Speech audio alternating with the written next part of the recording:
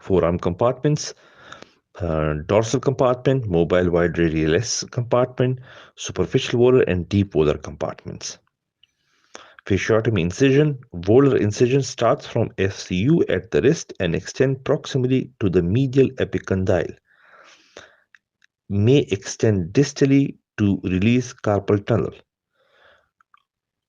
Open fascia over FCU. Open fascia over the deep muscles of the forearm and decompress. Dorsal incision longitudinal 2 cm distal to the lateral epicondyle towards mid of the wrist. Dissect interval between EDC and ECRB. Post-op shoelace incision, vac dressing can be applied if closure cannot be obtained and followed with split thickness skin graft.